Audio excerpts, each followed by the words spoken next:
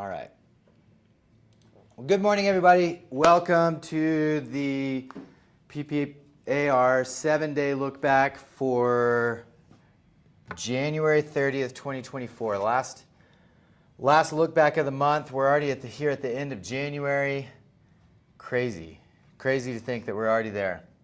Let's get into the numbers, though, and I'll go full screen. Okay, so for today, for the last 7 days rather, 143 new listings on the market, 493,000 average, 465,000 median. And we'll look at how that compares to the trends. Overall, 242 properties pending and under contract. We've seen now 4 weeks consistently over 200. That uptick in buyer activity, we'll talk about that. $518,000 average, $465,000 median, 57 days on market. And then sold properties, we had just over 100. And I anticipate that will be the last of the low numbers on the sold, because sold always trails pendings and under contracts by 4 or 5 weeks, and so we'll see the sold numbers pick up. I think starting next week, we'll see probably 120 to 140 next week, and then get up to 150 and above moving forward, as we're finally out of the December activity showing up on the sold. And I think that we'll start to see that coming up moving forward. So withdrawn, expired, canceled, 69 properties left the market. And we had, for the week over week change in inventory of 62 down. So we're sitting at 1,513 properties on the market as of this morning. If you remember the last couple weeks, we've seen the inventory just kind of stable and unchanged, and this week had a big pullback. We'll see another pullback next week. Who can tell me why? Why can I almost guarantee that we'll see another pullback next week? Anybody know? Anybody online?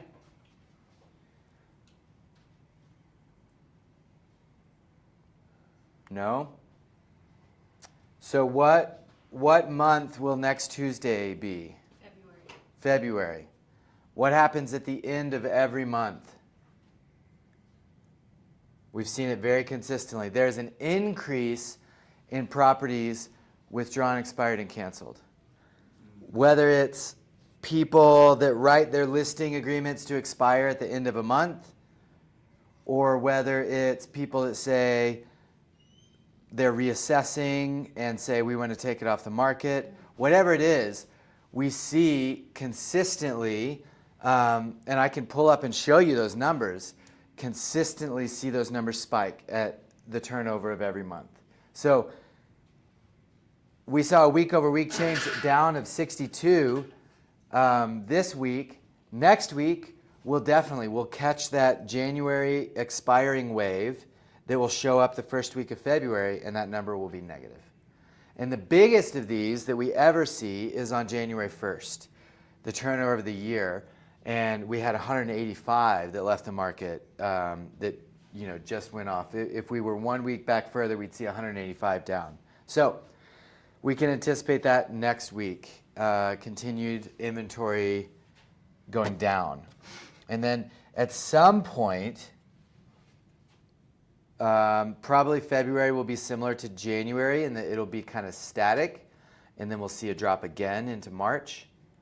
And at some point in March, we'll start to see inventory pick up. That's like if everything is historically normal, that's what we'll see moving forward. So it'll be interesting to track those numbers moving forward and see these historical trends rolling over.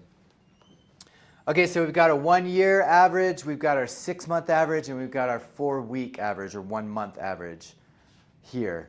And interesting, just looking at these before we even get into any analysis of it, when you look at new listings, you can see the price when you look at average price and median price. The shorter the trend, the lower the price. So when you look back at a 1 year, our median price of a new listing was $476,000, whereas over the last month we're at $454,000 as the average, or as the median price. That's just interesting to see. I mean, these are the same numbers we've been pulling every single week, the same time every week, and that's a big drop. And then in the analysis, you can see that.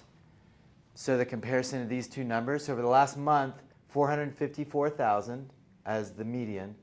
Over the last year, 476,000 as the median. And you can see that comparison, 1 month versus 1 year, right there. So you can see over the last month, we're 4.5% down as compared to the last year. You see how that works? And so every single one of these numbers, there's a lot of numbers here of analysis. They all correspond to comparison of these three columns of the three trends. And so the things that I want to talk about today, I've really gotten simplified this to where I want to have a buyer takeaway and I want to have a seller takeaway that you can take to your clients. And so we're going to start with a buyer takeaway today. And this is something, this is a script, this is an action point, this is an analysis that you can take to a buyer client today and create urgency and create encouragement. Those are the two things that this will do. So we're going to compare, if you look here on the screen, these two numbers that I have highlighted and why this is going to be a good news for buyers, okay? So we have 43% when you look at the 1 month versus the 1 year. Over the last 1 month, 43% less properties have sold. Okay? Is that true? We have this number here. Over the last month, 95 properties on average per week are selling. Over the last year, 167 properties per week are selling. Okay? So you see how that's a 43% decrease over the last month? Do you see that? Okay. So 43% less properties are selling over the last month. And yet, inventory over the last month is only down 6%. So you could say less properties are selling because inventory is way down, but over the last month, inventory is only down 6%. And so what this means, there's 43% less properties sold this month, yet inventory is only down 6%. Sellers are willing to negotiate. There's not as much of a decrease in inventory as there is less properties selling.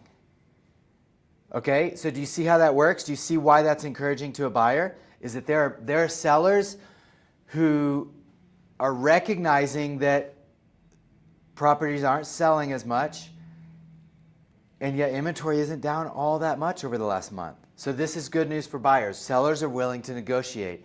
We can take advantage of some stale inventory on the market and probably get you a really, really great concession to buy down your interest rate. We just wrote an offer yesterday and got $20,000 in concessions. $20,000 on it. What was the price?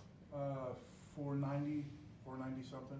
Goodness, 5% concession, almost a 5% concession. That's awesome, and that does a lot. That buys their rate down into almost into the fours, I bet. Mm-hmm. Yeah, amazing. So this is true. 43% less properties sold this month, yet inventory is only down 6%. And then talk to them about why that's important, why that is encouraging to them, how they can really negotiate on some of these stale properties. Okay, so sellers. Getting some sellers off the fence, getting them into activity, getting them onto the market, and excited about the opportunity they have. Here are the two numbers we're going to talk about. So over the last month, as compared to the last 6 months, 14% increase in pendings and under contracts over the last month. So 14% increase over the last month in buyer activity. You see why that's buyer activity? Pendings and under contracts. 14% increase in buyer activity over the last month, and the inventory is the lowest that we've seen it since last spring. Inventory has continued to come down. Buyer activity has picked up. What happens? So buyer activity could be described as demand, right? When you have more properties going under contract, that is an indication of strong demand on the buyer side. Inventory has continued to come down, as we just talked about, 6% down over the last month. It's down by almost 35% since the high of inventory. So you could say inventory is down almost 35%. What happens when you have increasing demand and decreasing supply of anything? Increasing demand, decreasing supply. What happens to price? It goes up. Right. Yeah. High demand, low supply, prices go up. And I don't have the charts that we go over at the team meeting. I don't have those in this report, but I looked at them, and prices are going up. We scooped the bottom. We talked about it a couple weeks ago that I thought we were right there. So the talking point to sellers, buyer activity has picked up over the last month, and yet inventory has continued to fall. Both those things are true. Did you see it in the chart? Buyers have less to choose from and will pay more to get what they want. If you have a seller who has a great property and they're sitting waiting for the right time, my guess is they could start leading the charge of the spring market right now, because buyer activity has picked up and inventories continue to fall. That doesn't mean that every property you put on the market is going to get multiple offers, but if you put a great property on the market right now, I can almost guarantee that you will get multiple offers. If you put a great property on the market right now. You just did? Same thing? So you Lewis went live on Friday. Okay. Accepted multiple offers, accepted the offer on Saturday. Right. Over asking? 10,000. Okay. So you've had experiences in the last week to back up both of the points here. Just, and that's circumstantial. That's not technical. I came to these talking points from a technical analysis. And what you're saying is that you think these are true based on your experience in the market over the last week. Yeah, so there you go. Buyer activity has picked up, inventories continue to fall. That is good news for sellers. If you have a great property to put on the market, you will very likely get multiple offers right now because of this fact. They have less to choose, and they are willing to pay more to get what they want. Cool. Mortgage rates holding steady, unchanged from last week. Everything is pointing towards the Fed meeting tomorrow. There's a effectively a 100% chance that they are not going to reduce interest rates tomorrow. Okay? So we can anticipate that interest rates at the Fed level are going to stay the same. Mortgage rates fluctuate faster than the interest rates at the Fed level, though, right? We know that, and we've seen that. And so if the Fed points to a direction or a timeline for interest rates declining, this will change based on that. And so the thing that is going to affect interest rates tomorrow, and I can almost guarantee you interest rates will be affected tomorrow.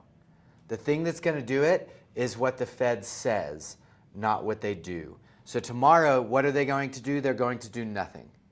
There will not be an interest rate change at the Fed level tomorrow.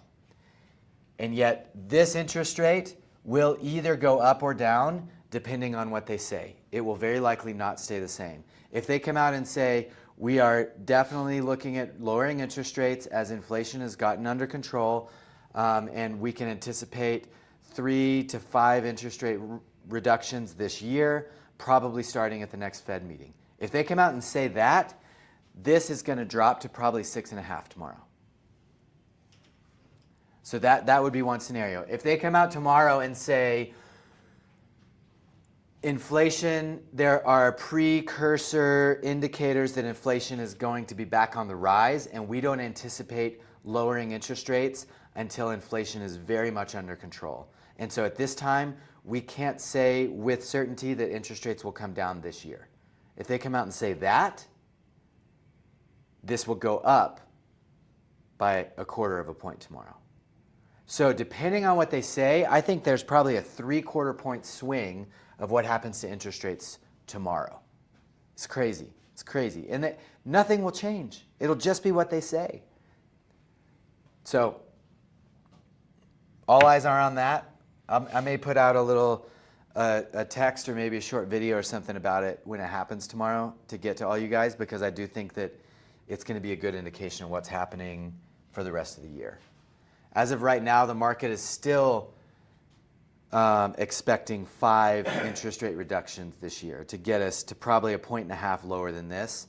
Something in the low 5s is probably where the market is expecting us to be at the end of the year. And yet I think the Fed could come out tomorrow and squash that and say, we don't know that interest rates are going to come down at all this year. And so we'll see. We'll see what happens. Inflation, like I just alluded to, some of the leading metrics for inflation have shown that inflation is kind of starting to creep up again. And if that happens, the Fed is not going to reduce interest rates. No way. If inflation is coming up and the jobs are still strong, economic numbers are still quote unquote strong, there's no reason for them to drop interest rates. And that's what they would say. Any questions, comments? Anybody online? All right. Fed meeting, like I said, is tomorrow. If you're looking at your Twitter feed or a news feed somewhere, usually about noon or shortly after noon is when they have a press conference. They'll release the updated Fed fund rate. They'll release that around 11 a.m. our time. But like I said, it won't change. It'll be the same that it is right now. The press conference will happen about 12:30 our time, 12:30. And that's where you'll see this number. I think this number will be effectively unchanged until that time. And then you'll see it kind of start dancing based on, like, we don't know what they're saying yet. And then there'll be a couple of talking points that'll come out of it, and it'll react one way or the other. Depending on if the guidance is we're going to be lowering or the guidance is we're not going to be lowering. It'll react one way or another. And so we can expect this number tomorrow to move probably either to 6.5 or to move to 7.25 based on that. So it'll be an exciting day. If there's nothing else, you guys have a great day. Go spread the news to your buyers and sellers based on what we just talked about, and hopefully you can get some activity moving. Thanks for participating, guys. We'll see you later. Thanks, Chris.